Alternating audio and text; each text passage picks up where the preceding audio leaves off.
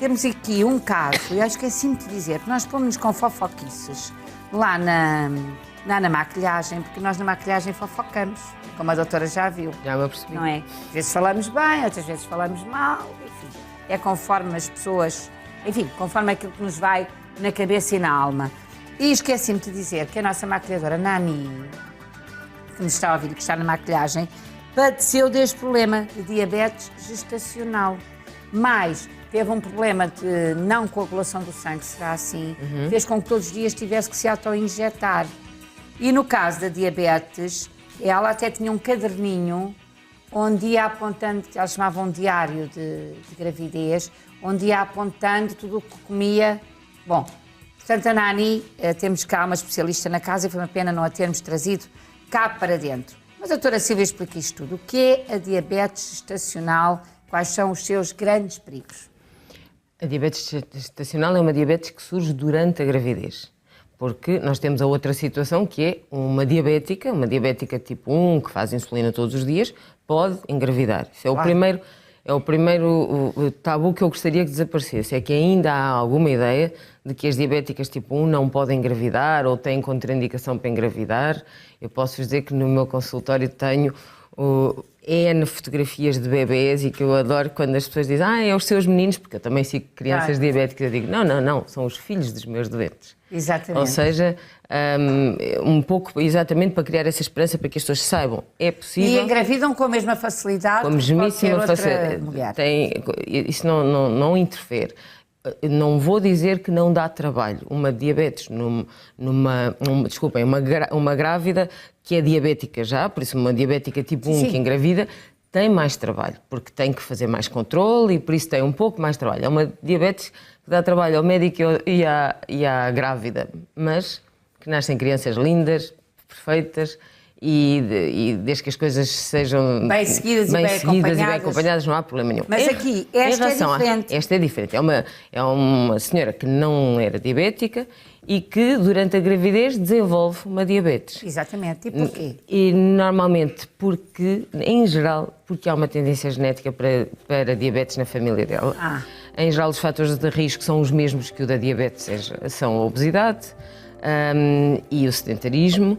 E normalmente há uma tendência genética nessa mulher que desenvolve uma diabetes. Por norma, por rotina, avalia-se no segundo e no terceiro trimestre, faz-se as provas de tolerância à glicose para as grávidas. Quando há suspeita ou fatores de risco fortes, começa-se logo de início, faz-se logo no primeiro. Durante a minha gravidez, eu aumentei 21 quilos. Por exemplo, e aqui a amiga... Eu não os perdeu todos. E aqui a amiga, o que é que fazia todas as tardes? Todas as tardes, eu vivia na Ericeira nessa altura, e todas as tardes eu me sentava numa esplanada lá de um café da zona, mas todas as tardes, era o Cal, aquela antiga o Cal, lembras-te? Pronto. E comia um gelado, assim no prato, sabes aqueles pratos que eles tinham com gelado, com frutas e com natas, todos os dias. Portanto, naturalmente que eu fui aumentando, que os gelados engordam imenso. Pelo menos é essa a ideia com que eu fiquei. Sobretudo estes com natas e com tudo. Porque se for um gelado tipo sorbet não é uma coisa tão grave, não é? Mas se for um gelado de noz, de natas, essas coisas que são feitas com... Os olhos também comiam. Era com tudo. E aquilo dava-me um prazer, enfim, de comer aquilo. E, de facto, engordei tanto que o meu ginecologista, na altura, temeu que eu tivesse diabetes. Mas não tinha. Portanto, o aumento de peso também pode ser um sinal. O aumento de peso também pode ser um sinal e pode predispor. Uma pessoa que tem tendência para diabetes ou que, por exemplo, já teve diabetes numa primeira gravidez, tem que controlar o peso muito bem. Por isso, essa é uma das formas de prevenção da diabetes na gravidez. Isso é que há o tal caderninho. Que há o tal caderninho. Aí, normalmente, isso acontece quando as pessoas já desencadearam a diabetes ou, pelo menos, já começaram a estar ali nos limites. E o que é que nós começamos a controlar? Começamos a controlar o que a pessoa come, começamos a pedir-lhe que pique o dedo e que saiba com que valores anda. Normalmente, os valores mais importantes são aqueles que são os que nós chamamos pós-prandial, ou seja, depois de comer, uma hora e meia depois de comer, saber comer o que é que a comida lhe fez. Em que a grávida tenta comer pouco de cada vez e alimentos que não tenham um índice glicémico muito alto. O que é o índice glicémico? É a velocidade com que um alimento, depois de ingerido, faz subir o açúcar no sangue. Por isso, os alimentos que têm um grande índice glicémico até podem não ter imenso açúcar, mas fazem picos de açúcar no sangue. Por exemplo, a cenoura cozida. É um mito. É um mito. A cenoura é um mito. Cozida? Tanto cozida como crua, a cenoura é um ótimo alimento. Não quer dizer que as pessoas devam comer quilos de cenoura, até porque senão ficam amarelinhas, porque tem os carotenos que depois passam a pele e ficam assim da cor daqui da camisola. Sabe quando é que se nota muito isso? Nos bebés, já que estamos a falar de discussão. Exatamente, na sopinha de cenoura. Ora, quando eles começam a comer muita sopa de cenoura ou de abóbora, digamos, só de legumes de laranjas, Sim. tu se reparares, os bebés começam a ficar laranjas. Ficam. É verdade. E muitas vezes os pais preocupam-se. Dizendo que o que têm que fazer é mudar a alimentação, porque eles estão cor de laranjas. Diversificar, não é? Estão só a comer coisas cor de laranja. Exatamente, que giro. Não, nunca tinha reparado, não. O que filho nunca passou por isso. O que é a grávida diabetes, esta diabetes que aparece, o que é que vai desencadear? Vai desencadear um maior risco de hipertensão, daquilo que se chama pré-eclâmpsia ou eclâmpsia, que são desencadeado pela hipertensão e que é uma situação muito, muito grave. Que é um parto prematuro? Muitas vezes até provocado antes por causa da hipertensão. Essa hipertensão até pode levar a um AVC. Exatamente, e por isso não quero que as mulheres, que agora o obstetra lhes disse, está a começar a ter umas glicemias altas, que entrem em pânico, mas quero que percebam que é mesmo importante que previnam, que tomem conta de si, que não aumentem de peso e também que percebam que a gravidez não é doença. Podem mexer-se durante a gravidez, podem caminhar, podem nadar, podem fazer bicicleta. Por isso, podem fazer tudo que não tenha... Em gravidezes normais, claro. Claro, não em gravidezes de risco, claro. Mas podem fazer tudo o que não tenha impacto. Por isso, podem e devem, porque nunca viram uma cadela grávida parar de se mexer, pois não? Não, de maneira nenhuma. Ser humano é um bichinho da natureza. Pode por isso, descansar um bocadinho mais. Obviamente que não deve ficar exausta, não deve exagerar, deve tentar fazer o exercício na altura que está menos calor, mas não deve ficar parada. Há muitas senhoras hoje em dia que trabalham até ao fim da gravidez. Olha o caso da Carolina Patrocínio, por exemplo, que foi a Carolina Patrocínio que foi até criticada por manter as suas atividades físicas normais até ao final da gravidez. Tem uma criança linda, e ela não é? Teve um parto fantástico.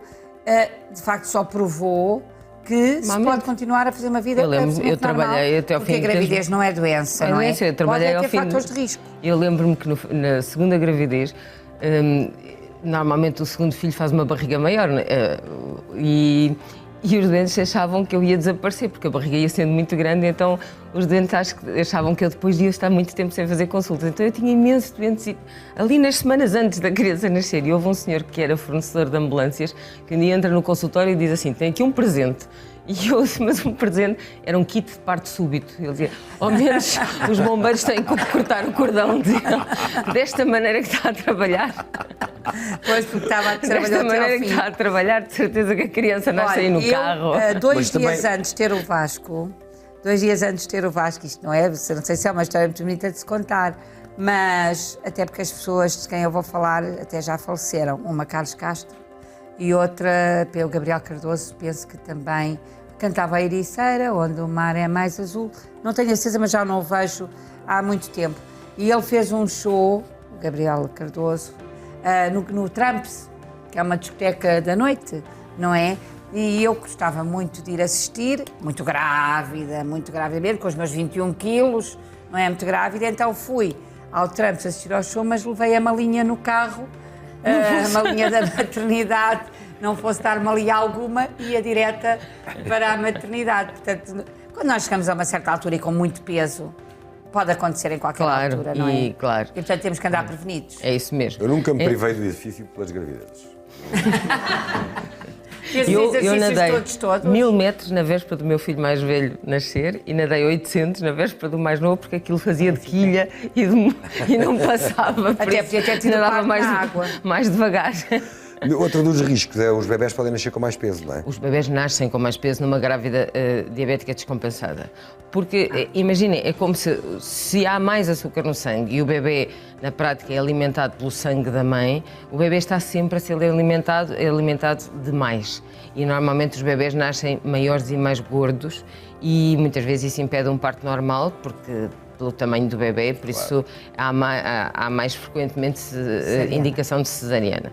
Mas se uma grávida diabética estiver bem compensada, pode ter um parto normalíssimo, se não houver nenhuma contraindicação, pode... Por isso, é controlável a diabetes e é controlável numa primeira fase e durante muito tempo, em geral, só com dieta e exercício. É uma dieta que, sobretudo, é fracionada. Claro que tem que ser pouco calórica, mas é, sobretudo, fracionada para não fazer os tais picos de açúcar. Até porque depois, em termos de medicação, a medicação é, sobretudo, a insulina. Não é nenhum drama, é importante que as pessoas saibam que a insulina não dói. A insulina sente-se encostar a agulha, mas não dói. É uma agulha muito fininha, por isso não é preciso ter o pânico que é possível que se comece a insulina. Normalmente, quando nasce a criança, a diabetes desaparece. Mas também é importante que a mãe saiba que é uma mulher com risco de vir a ter diabetes mais tarde. Por isso, se voltar a engordar, se ficar sedentária, é uma mulher que vai ter risco de ser diabética, porque uma das razões por que provavelmente desencadeou a diabetes na gravidez é porque ela tem tendência genética para diabetes. Por isso, é uma pessoa que se deveria cuidar. E quando as pessoas me perguntam, e agora o meu filho pode ser diabético? Eu disse, pode, mas é quando for muito grande, provavelmente, a não ser que engordem pequenino, porque há diabetes tipo 2, infelizmente em jovens, mas a tendência genética que esta mulher está a passar ao filho é a tendência de diabetes tipo 2, ou o que nós chamamos de diabetes do adulto, não é? E por isso que aquela criança venha a ter bons hábitos de alimentação e de exercício físico vai ser fundamental para que depois possa ter uma vida saudável. Atenção, é muito importante que, apesar disso, eu vejo às vezes mulheres que sofreram um pouco com a gravidez e com o medo da diabetes na gravidez e com depois a própria diabetes na gravidez com a dieta, e então são um bocadinho, desculpem, entre aspas, paranoicas na alimentação do filho e de o meu filho não tocou em açúcar até aos 5 anos. E eu a pensar, coitada da criança, foi às festas dos outros e ficou a ver os outros. Nem uma gomazinha. Uma goma. Não se pode fazer isso. Por isso, o equilíbrio é a base de tudo e do bom senso. Por isso, não é o meu filho não comeu açúcar durante 5 anos, mas é, obviamente, o meu filho não comeu açúcar todos os dias, o meu filho teve uma alimentação com bom senso e lembrem-se também... que não se pode privar a criança de ser criança. E o fruto proibido é o mais apetecido. O que eu lembro-me, o que sempre fiz aos meus filhos é a comida é no fim... Desculpem, os doces são no fim da comida, em que a criança já não tem tanta fome e por isso eles já não são tão apetecíveis. Se há que haver um doce, é no fim da comida, no fim nunca é em vez da comida. Isso é rigorosamente verdade. Dos meus filhos todos, a minha filha Maria é a mais golosa de todas. A Maria, por ela, está sempre a comer doces e não pode, como é evidente, não é? Mas, na verdade, tem um problema. A Maria, por exemplo, se lhe deres entre o período do lanche e do jantar, basta comer uma bolacha, já não janta nada. Exatamente. Isso é muito, muito importante. Só boa põe açúcar. Ali os níveis de açúcar e acabou. O estímulo da fome é uma ligeira baixa de açúcar no sangue. Se nós dermos uma bolacha, aquilo nivela e a criança perde o apetite. Acabou. Não pode. Por isso, está proibida. Atenção que às vezes fruta ácida, uma banana, por exemplo, também. Portanto, tem que ser assim uma maçã, ela já sabe. E por isso, às vezes estas mães pode comer tudo, ficam assim muito angustiadas que, como tiveram diabetes na gravidez, a criança vai ser diabética. Tem, sobretudo, por exemplo, não há que ter o mínimo medo que a criança venha a ser uma diabética tipo 1, por isso, insulina dependente desde jovem. Porque a chance de ser diabética tipo 1 numa mãe que teve uma diabetes gestacional é igual à da outra criança. Não aumenta as chances, porque são diabetes diferentes, não tem nada a ver uma coisa com a outra. Mas realmente, sim, esta criança deve, como todas as crianças, não é? Mas deve especialmente aprender a ter bons hábitos e ter gosto, sobretudo, pelo exercício. Eu acho que a doutora a Silvia disse o que é chave. Todas as crianças devem, de facto, desenvolver bons hábitos alimentares desde sempre. É em crianças. É em crianças, de facto, que se desenvolvem esses bons hábitos alimentares. Mas também com algum cuidado, porque uma criança de 3 ou 4 anos é natural que não goste muito de legumes verdes. Com cuidado, introduzir devagarinho, não forçar. Agora tem um prato de espinafres para comer, a criança fica a odiar aquilo. Claro. é procurarem divertir as crianças na alimentação, é muito importante. Embora a hora da alimentação tenha regras, mas eu comecei a introduzir alguns alimentos nos meus filhos porque lhes fazia paciência, porque lhes fazia pratos decorativos. Pois, Em que o hambúrguer era a cara, os tomates de cereja eram os olhos, a cenoura era o nariz, os cabelos era a alface frisada. Exatamente. Portanto, isto depois é usar-se técnicas para eles acharem aquilo graças àquilo, não é? E isso é muito importante. E é muito importante a alimentação não ser uma guerra, por isso... Porque eu vejo... um ato de prazer, claro, como deve ser a refeição em família. Eu vejo claro mulheres que ficaram tão assustadas com a sua diabetes na gravidez que depois mudam muito tudo lá em casa. Não devem mudar se a casa... Mas é da família toda, não é da criança. Quer dizer que a casa não estava com muito bons hábitos alimentares.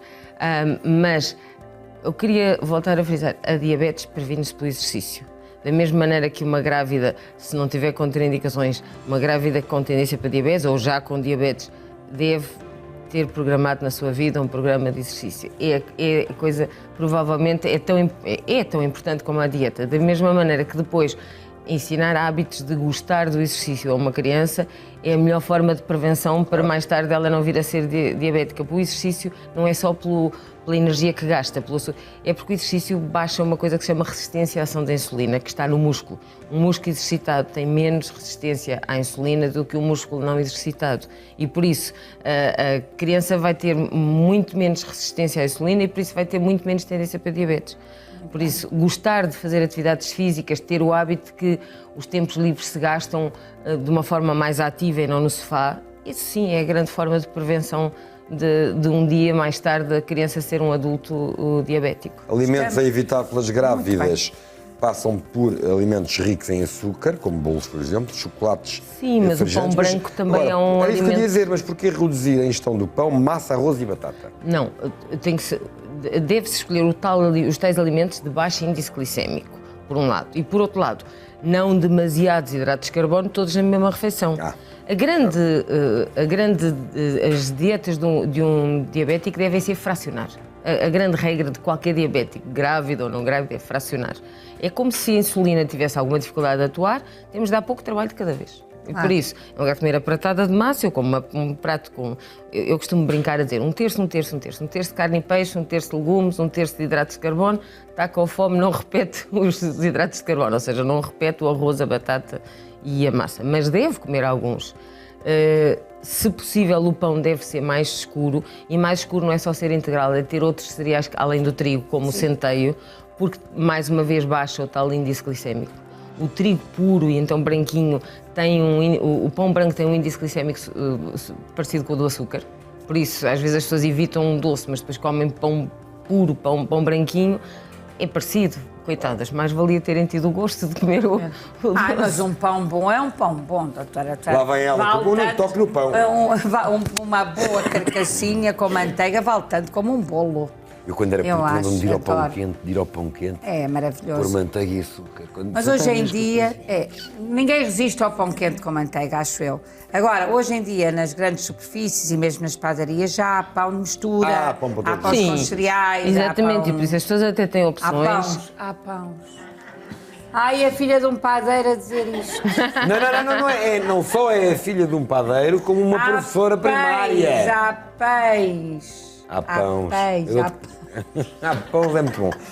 Ora bem, chegou o nosso tempo, deixa-me, no entanto, fazer aqui uma ressalva, dar os parabéns à doutora, que sei que hoje o seu filho está a defender a tese, o seu filho mais velho, em medicina. É verdade. Portanto, tenho um filho que termina a medicina hoje. Parabéns. Estar jovem, já tem um filho médico, nem parece, não é? Nem parece. Isso é muito lindo, é um grande orgulho para uma mãe. O que mostra a excelência da maternidade, até um filho se selecionar em medicina, não é para todos, de facto. Muito obrigado, minha querida doutora. Obrigada.